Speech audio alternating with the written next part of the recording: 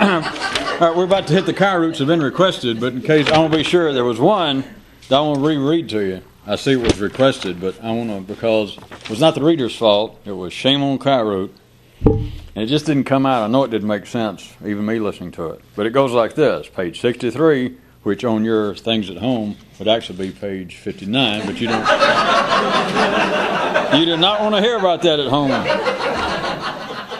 And Kyroot said, believing that any step could be a wrong step, this one man said, the primary advantage in not knowing at all what you're doing is that you can't care at all. A city dog who could suddenly talk turned and said to his human pal, don't bother looking for specifics, everything is its own reward. Ah, sighed the mortal, if only that were so here in my unique secondary world. And the dog replied, what the hell do you think I'm talking about? We'll see if we get to it, but I know that it didn't. Any of you who may have noticed and thought, well, hey, that made even less sense than they normally do. You're on drugs. And Kyroots said, without the additional mass of speech, the basic secondary world would be too thin, anemic, and insubstantial to survive. Clear enough? You all understand that by now. Plus, you can remind yourself of that any time that you find parts of some of the fourth ward, if not the fifth precinct, of your own frontal lobes, scoffing, laughing, ridiculing the superfluous, if not palaver, of other people. Boy, do people talk too much. No, that may seem that way to you personally, but people do not talk too much. If they talked any less, the world would be anorexic, the secondary world. Now, we're talking so thin, the bones of the secondary world would be so brittle. I personally don't want to think about it, which is a figure of speech. Page 5 in Kyroots said, fame is one form of removing testosterone from the jungle. Another one, I'm sure that none of you need to hear any more comments. You just wanted to hear it.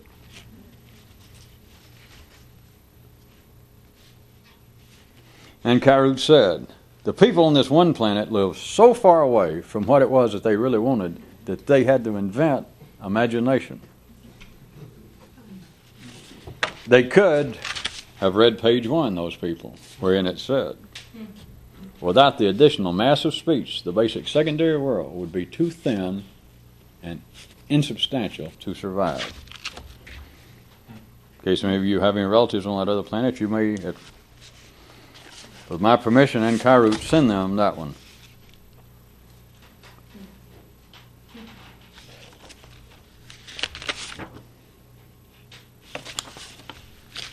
It's one of these that were 3 stuck together.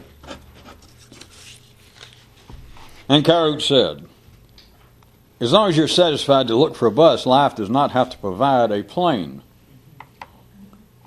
And sooner or later, any would-be right-thinking, would-be revolutionist has got to ask themselves if it's not a fact that all of man's institutions are nothing more than stopgap, necessary distractions. Follow up.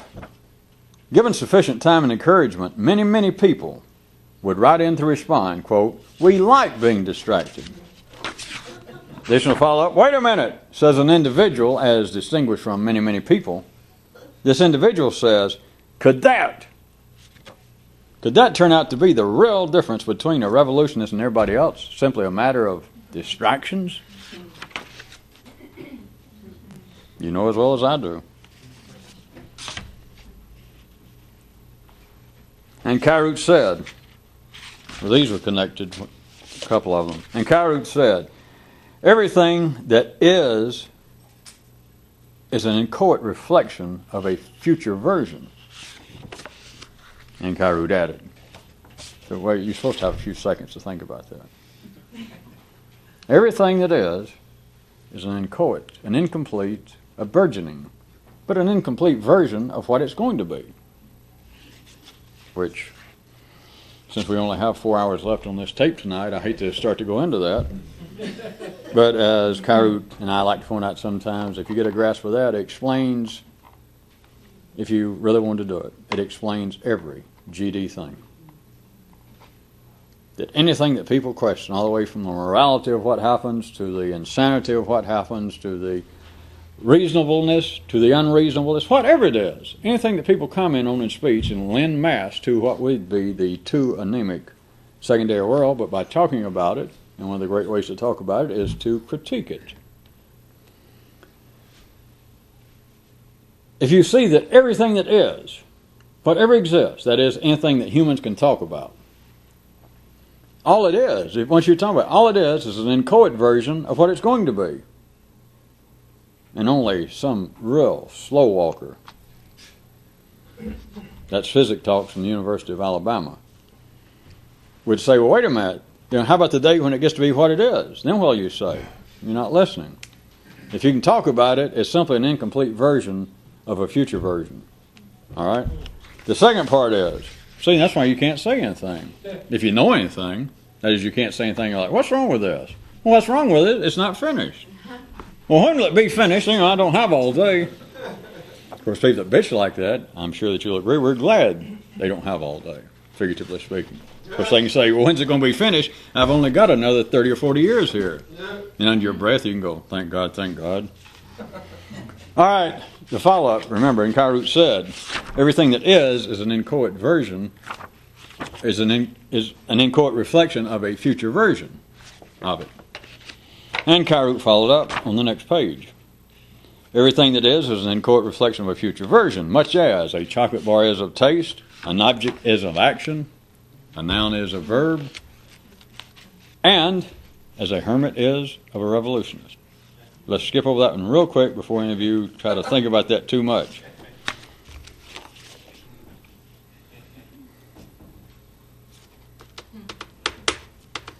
Okay, this is long and it made some of you for some reason giggle. But this is not, I repeat, this is a joke, not a joke. And Kyroots said, this one fellow said, I cannot see where this is all going. And his partner said, what? And the guy said, everything. And then as a public service announcement, Dr. Proctor made this medical observation. The danger, just referring up to the first part, because it was a guy, his partner, you know what that, and the guy said, I can't see where this is all going. And his partner said, what? You know what are you talking about? He said, everything.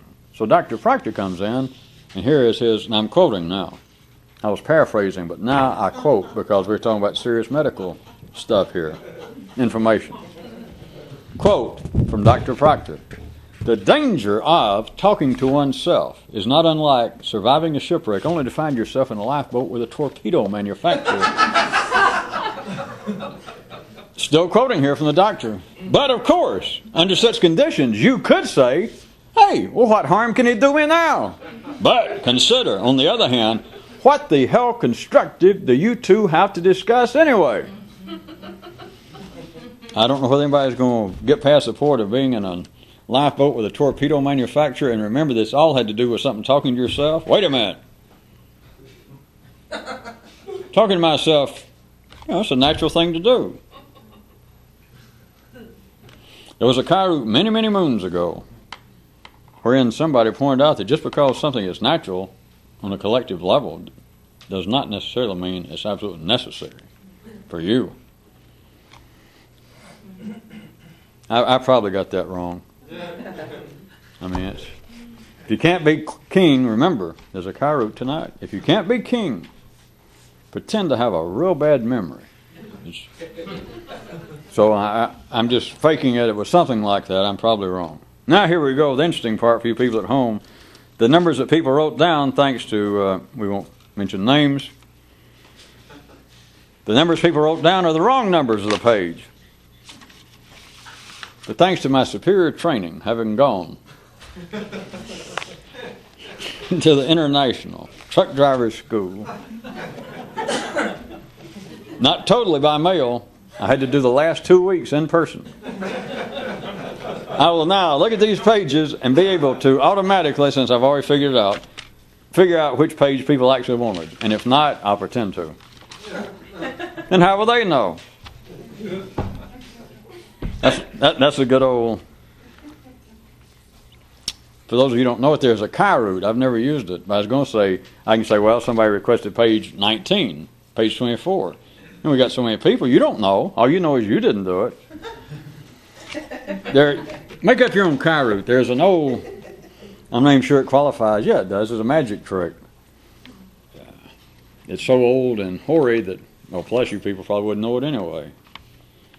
But you can say, all right, a magician would take a deck of cards and tie a tight rubber band. There's all kinds of versions. This is the easy one. Tie a tight rubber band where you can just barely, and he'll toss it and he'll say, what I want you to do, I'm going to toss this deck out to several people here in the audience, and I just want you to turn your back and just open it up right quick and just glance at that card and remember it real quick, and then I want you to just take it and toss it just up in there to the next person. So you toss it out, and the person goes, and they look at their card, and they toss, and you do it 3 or 4 times and say, now toss it back to me. And they toss it back, and so he says, all right. I shouldn't tell you. You figure it out. You can do it, but it's so simple that I don't make you feel bad. Because you can do it and people go, Jesus. You can tell them beforehand, boy, talk about, this is the crudest trick I know if you're a magician. And you can do that. You understand what I've just done. You can throw it out to people and say, and then you say, all right, here are the cards. And you can name 4, 5, 10 of the ones that the people picked out.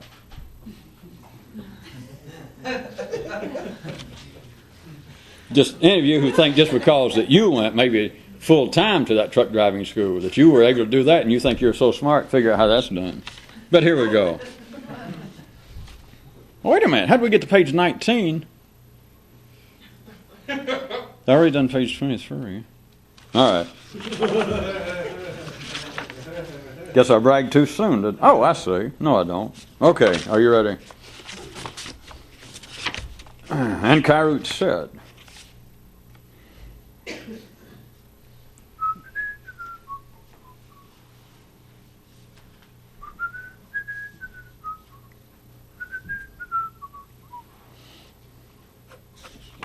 I'll tie that one into another one while I wasn't doing it.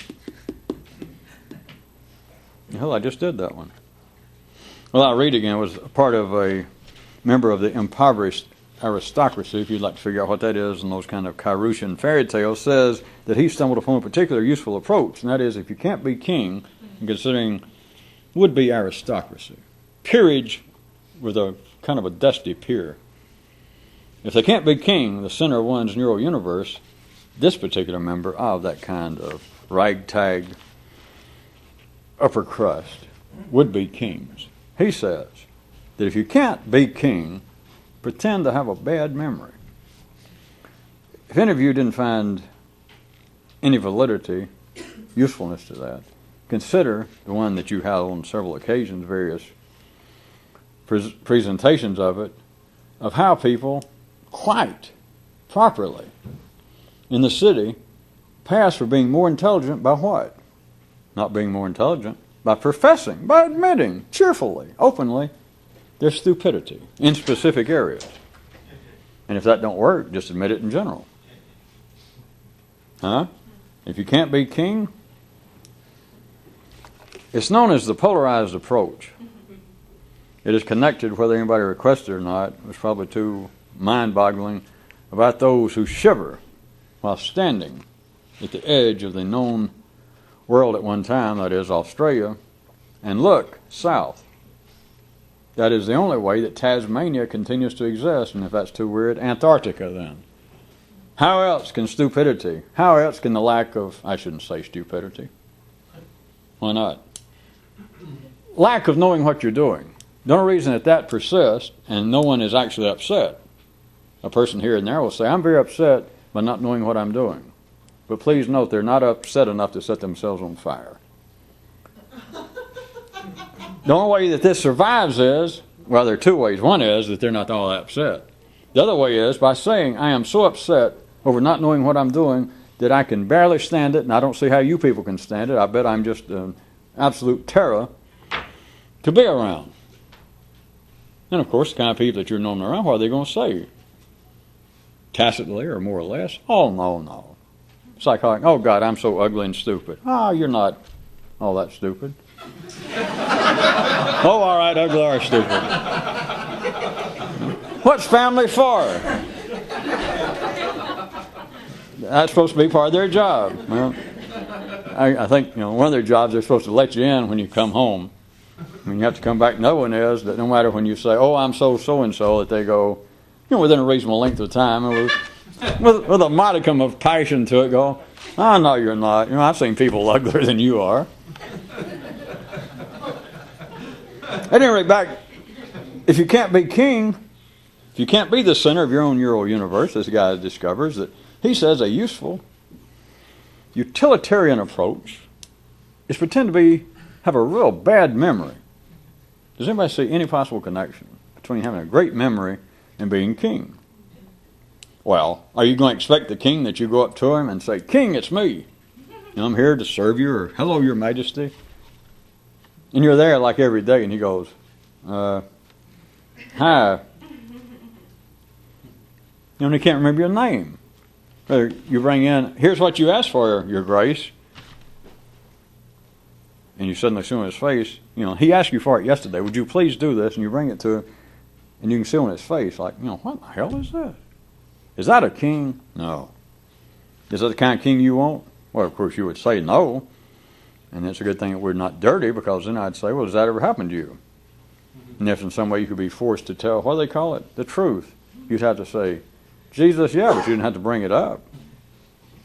You don't have to put up with that if you pretend to have a bad memory to start with, sir. You don't have to hold any banner. You don't have to carry a card or anything saying, "I think I'm fairly intelligent," if you carry along beforehand a sign that says. Does anybody remember a few nights ago that an alert man, this is not a correct verbatim or even bottom telling of it, because I've had mental problems, my memory.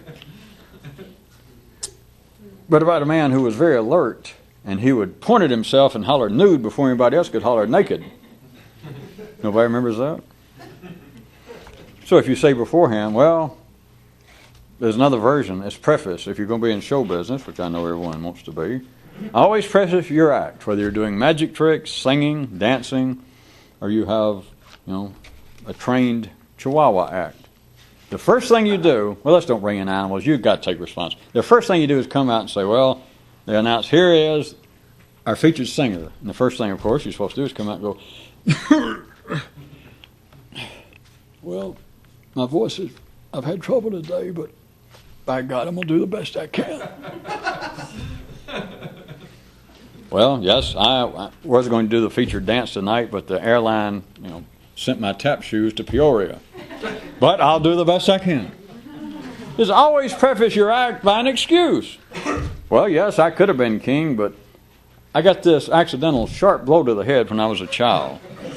And it did something to my mind, and instead I became a used car salesman. Back to, where were we? This certain member of the impoverished aristocracy says, if you cannot be king, pretend to have a bad memory. And then there were a list of tips here at the bottom of the what? Page. Legal tip. Letting the firm of Mary and the Lamb represent you remains tricky inasmuch as they will, perforce, always be looking after their own interests. Followed by a health tip. I wouldn't have it any other way. Followed by a reality tip. You can't. Now, I guess that was all that was needed, was that final addendum to tie the whole thing up.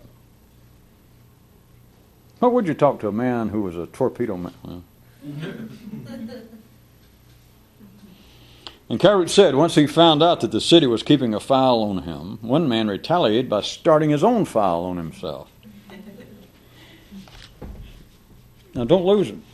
And a gentleman asked, are there conditions under which retaliation could be synonymous with compensation? See, the guy up here in the beginning retaliated when he found out what they were doing to him, the city, life itself, what it was doing to him. He retaliated by doing it to himself. And a man says, is there any condition under which retaliation could be synonymous with compensation? And Kyroots noted, don't lose it, that this may be one reason that warfare, the picture of warfare, remains such a popular metaphor for man's thought processes. The idea of struggle against good and evil, right and wrong, truth and error. And as you know, all the ideas of chivalry or a holy quest. Righteous, decent men going out to defeat evil enemies. Gods fighting against demonic spirits and all of that. What if this idea of a battle, the idea of retaliation, I'll get even, what if it's a form of compensation to getting even? But also notice that all the great civilizing influences such as religion always give at least a good swift kick toward the idea you should not seek revenge. I wonder why not? Well, because God said not to. Oh, that's like telling kindergartners, don't go out and play in the mud. And if you can recall back when you were a kid and had some kind of forthright ability to think, you understood when you said, well, ask the teacher why not, and she said, whatever she told you, you knew was a load of bull. We're out. Good night, folks. Figure out the rest.